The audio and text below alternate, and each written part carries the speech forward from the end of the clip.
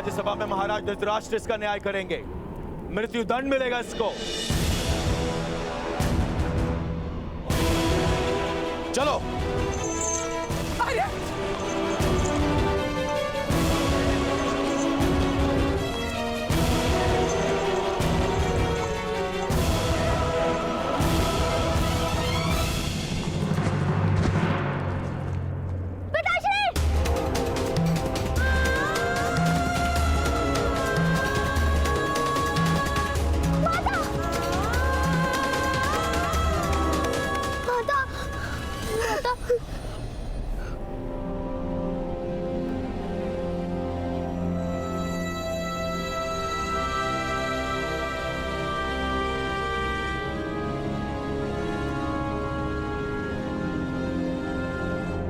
क्या कोई सहयोग नहीं करेगा?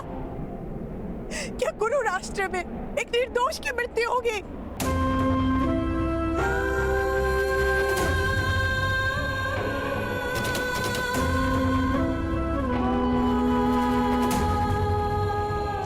क्या महाराज नेत्रहीन के साथ साथ हृदयहीन भी है?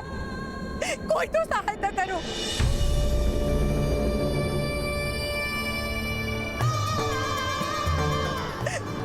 बिना कारण महाराज एक निर्दोष को दंड देंगे?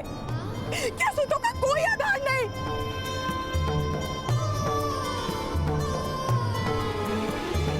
कोई तो सहायता करो।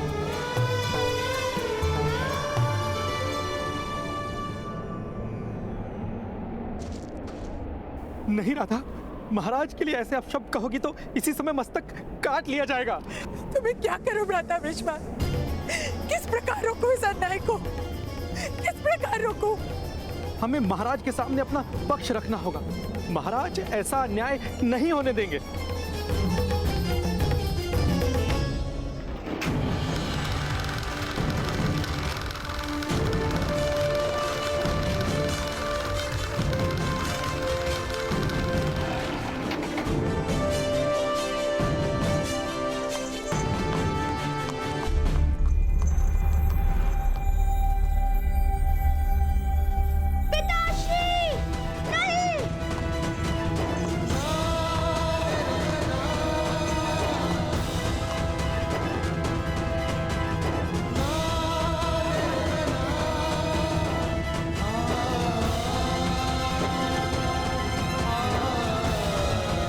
राज्यसभा में कोई आने ना पाए।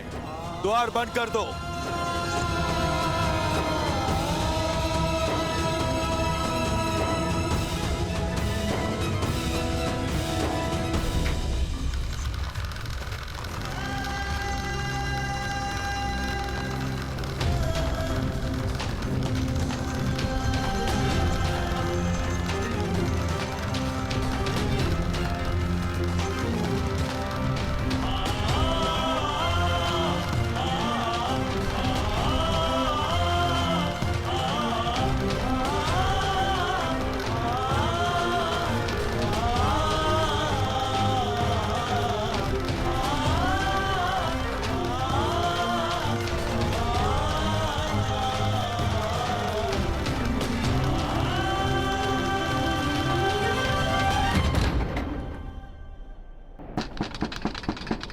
द्वार खोलिए!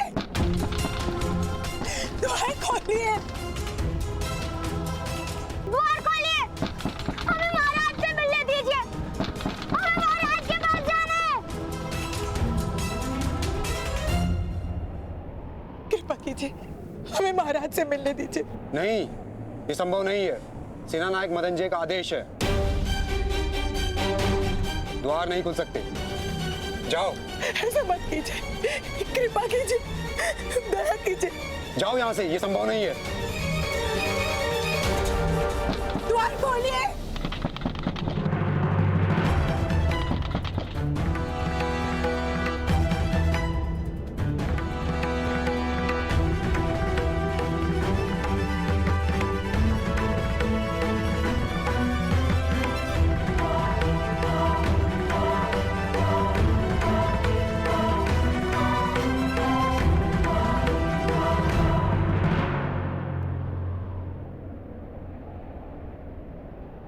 भ्राताकर्ण, आप क्या कर रहे हैं? महल में जाने की योजना बना रहा हूँ शोन।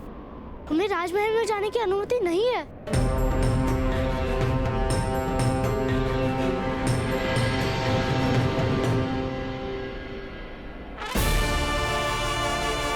सूरज की किरणों को किसी की अनुमति की आवश्यकता नहीं होती शोन। वो बादलों को चीर कर भी पृथ्वी तक पहुंच ही जाती है।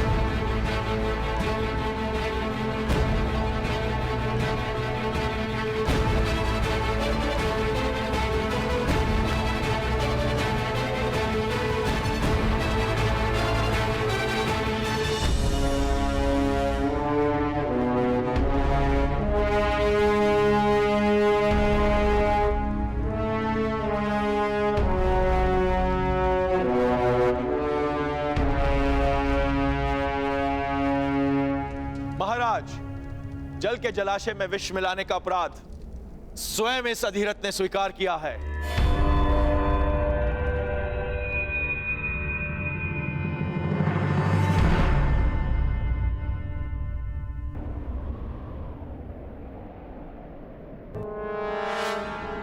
क्षमा कीजिएगा महोदय, पक्षी गिराने की इच्छा हो रही थी। यदि तुम मेरे हाथ आ जाओगे तो समय के अंत तक पक्षी का स्वप्न नहीं देखोगे।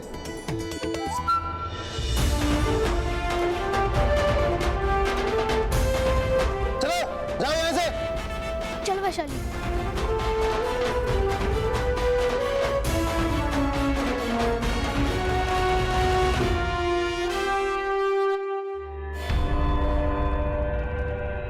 विष के कारण 15 लोहारों की मृत्यु हो गई। नहीं, यह असत्य है।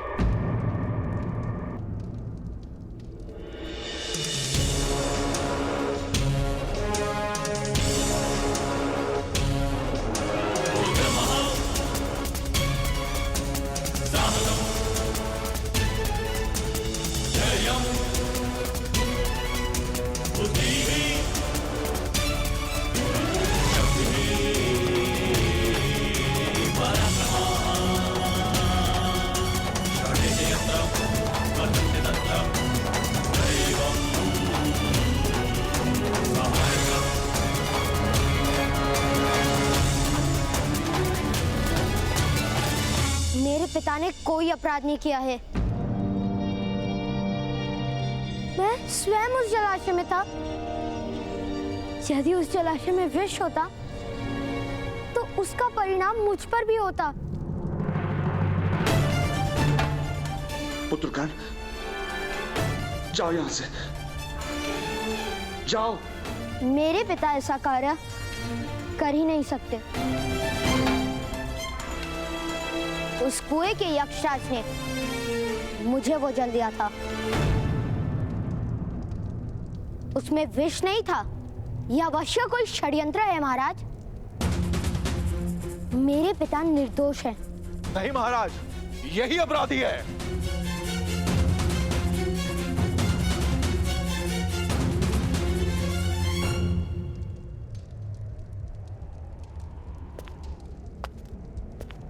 अधिरथ सुषेण, तुम्हारा पक्ष क्या है?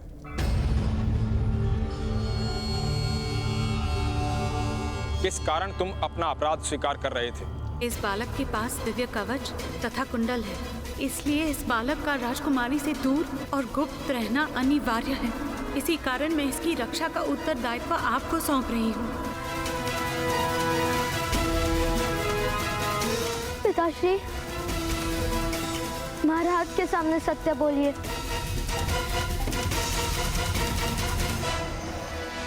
महाराज, इसे मृत्यु दंड दीजिए।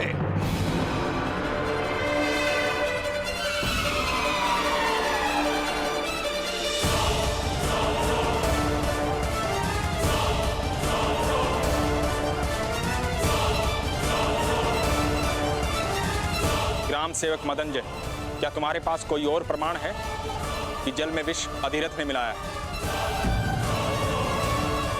कहीं ऐसा तो नहीं इस बालक ने राज दरबार में आपके असत्य को साबित किया था? आप उस अपमान का दंड इस बालक के पिता को दे रहे हो?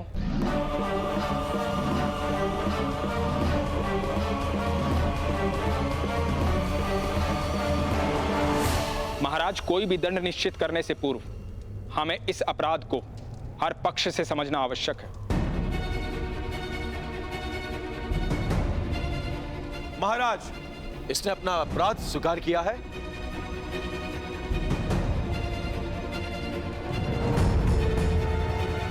महाराज। हाँ विदुर। महामंत्री विदुर, 15 मनुष्यों की हत्या का दंड केवल मृत्यु ही हो सकता है।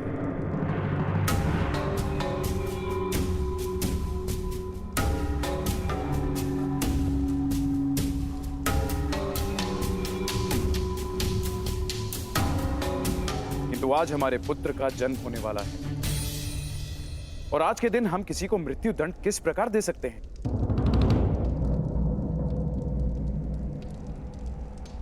फिर मैं अधिरथ सुषेण को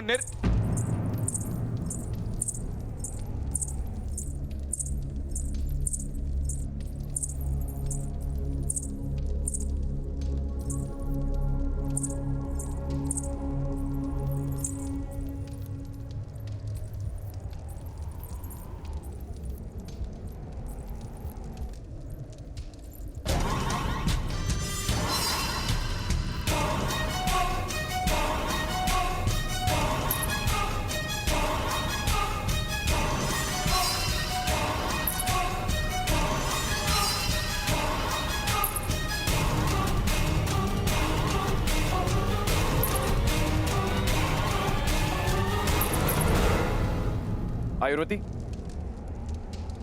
तुम्हारी पद ध्वनि में भय क्यों?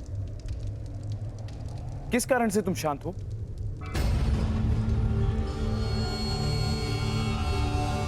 आयुर्वती, तुम्हें आदेश है,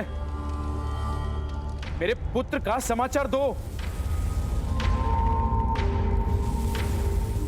मेरे उत्तराधिकारी के आने का समाचार इस सभा को दो।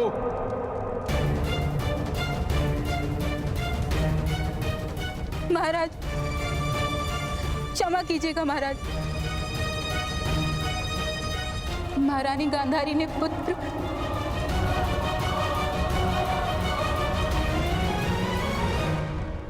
बोलो आयुर्वती। महारानी गांधारी ने पुत्र नहीं, मांस का लोथड़ा जन्माया।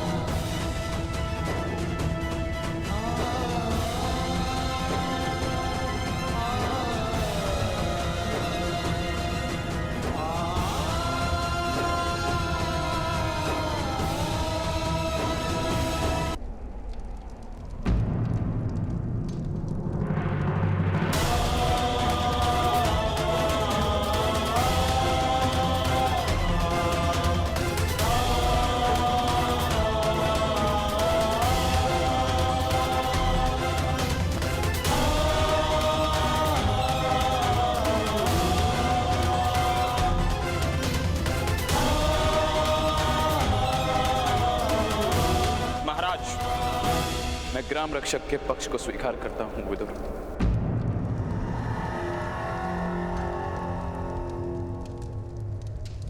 वो जो दंड निश्चित करेंगे वही उचित होगा।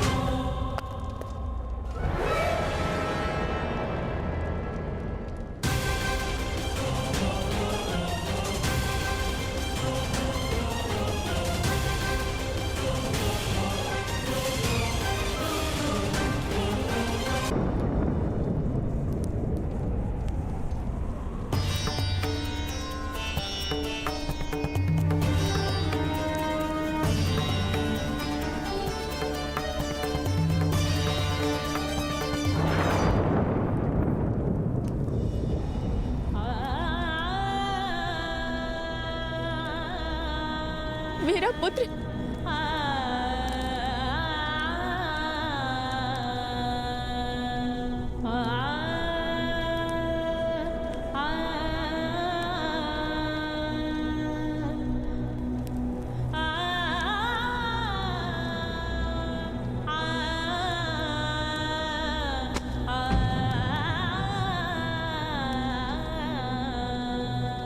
गांधारी,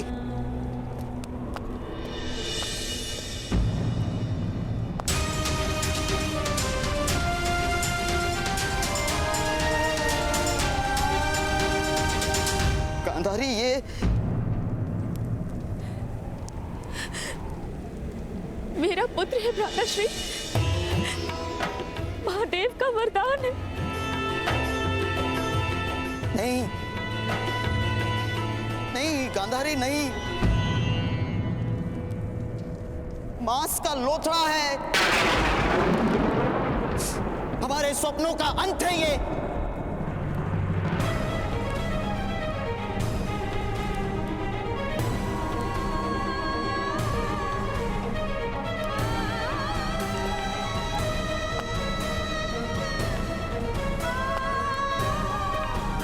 अरे देखिए ना भ्राताश्री क्या कह रहे हैं। महादेव का वरदान विफल कैसे हो सकता है? महादेव हमारे साथ छल नहीं कर सकते।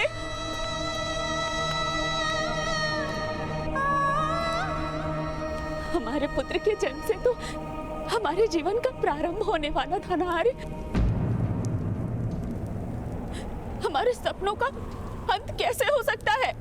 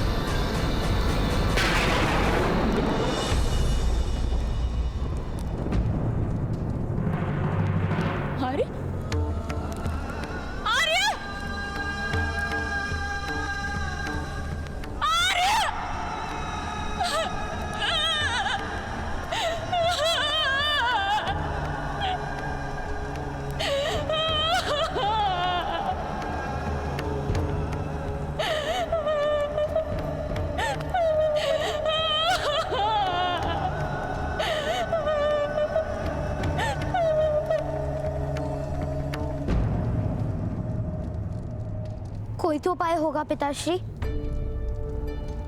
महाराज ऐसा अन्याय किस प्रकार होने दे सकते हैं? कोई उपाय नहीं है।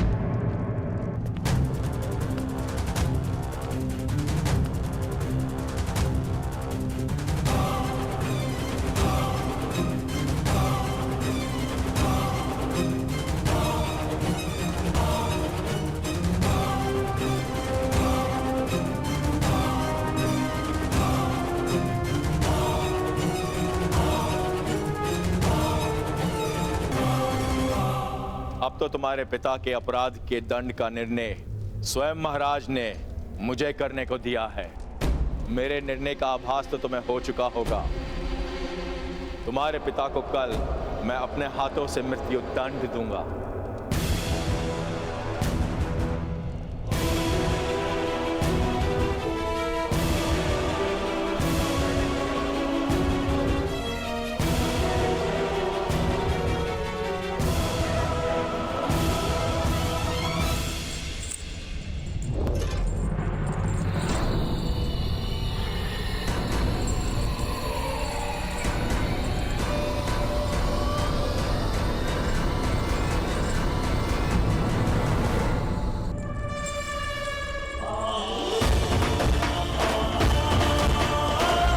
मेरे पिता को कोई दंड नहीं दे सकता।